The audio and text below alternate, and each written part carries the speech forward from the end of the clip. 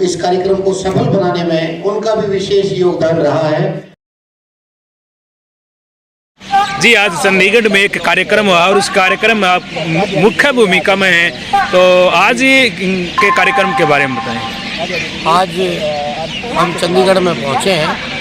हम उजाला आज तक की 8वीं वर्षगांठ के उपलक्ष्य पर राष्ट्रीय गौरव सम्मान समारोह का आयोजन आज जाट भवन परिसर सेक्टर 27 मध्य मार्ग में आयोजित किया गया, जिसमें मुख्य अतिथि के तौर पर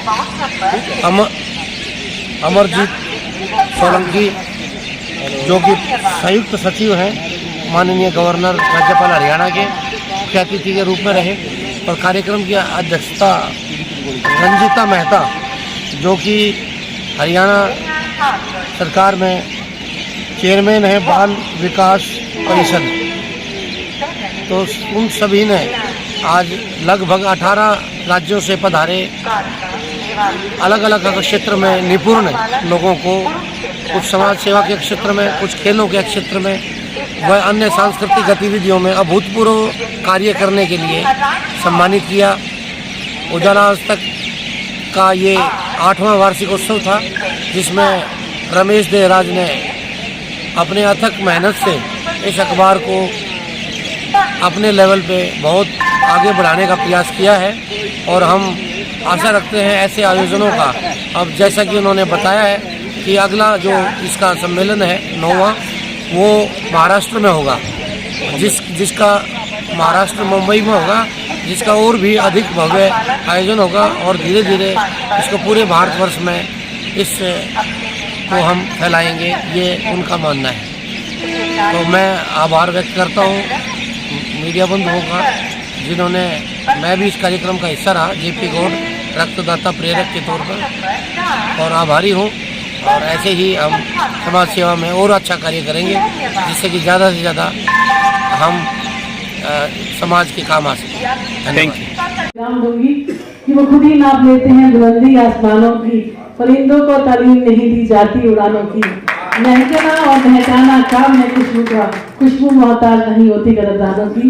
ये ऐसी शख्सियत हैं, इन्होंने हमारे हरियाणा के लिए, हमें महिलाओं के लिए, अभी मुझे ये दिखा रहे थे, बहुत ऐसे काम किए हैं जो हमें पता ही नहीं है कि इनकी वजह से साक्षर हुए हैं। आज जो रिजर्वेशन हमें मिली है, उस रिजर्वेशन तक पहुंचने में इनका बहुत बड़ा हाथ है।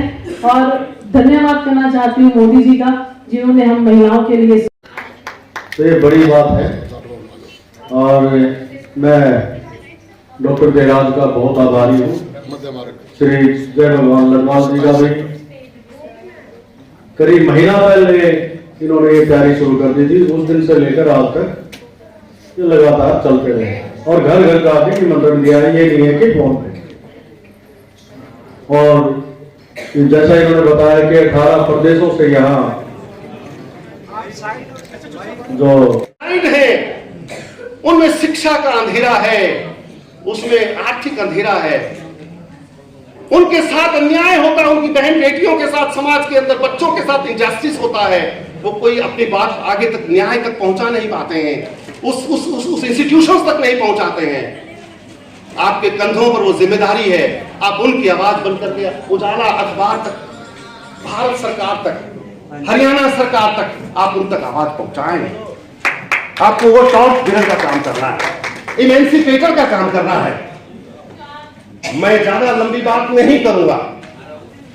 हम लोगों ने बहुत काम किया प्रेस के अंदर, हम लोग आर्टिकल्स, रिसर्च आर्टिकल्स हम लोग लिखते ही रहते हैं समय समय पर। आप हमारे साथी हैं, संघर्ष के साथी हैं। 40 साल पहले हम लोगों ने कहां से जाएगा। मेरे साथ मेरे समकालीन इस भारत भू पे जन्म लेके जीवन बिताने वाले बुद्धिजीवियों, मैं मनोज सहरावत जब से जन्म लिया है पर्यावरण संरक्षण पे कार्य करता हूं और हम वर्ल्ड लेवल पे काम करते हैं। जहां भी जरूरत हो पेड़ लगाना, उसकी देखभाल करना, उसमें दवाई डालना, लोगों को जागरूक करना।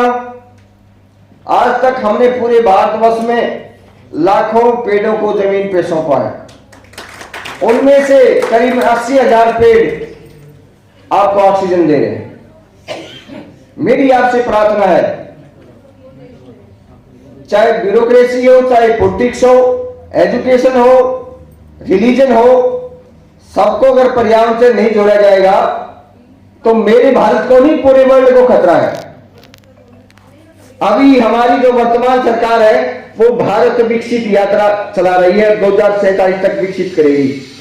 मेरी प्रार्थना है ब्यूरोक्रेसी से और वर्तमान सरकार से कि पर्यावरण को तो। जी क्या नाम है आपका?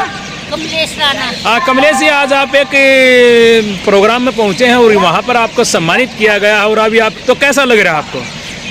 मुझे बेहद खुशी हो रही है, उन्होंने मुझे दूसरी बार अवार्ड दिया है। जी, पहले स्टेट में क्या था, अब ये राष्ट्र का दिया और बहुत अच्छा लगा। मुझे बेहद खुशी है कि इन्होंने मेरा इतना मान सम्मान किया और मुझे यहाँ पे बुलाया। Thank you.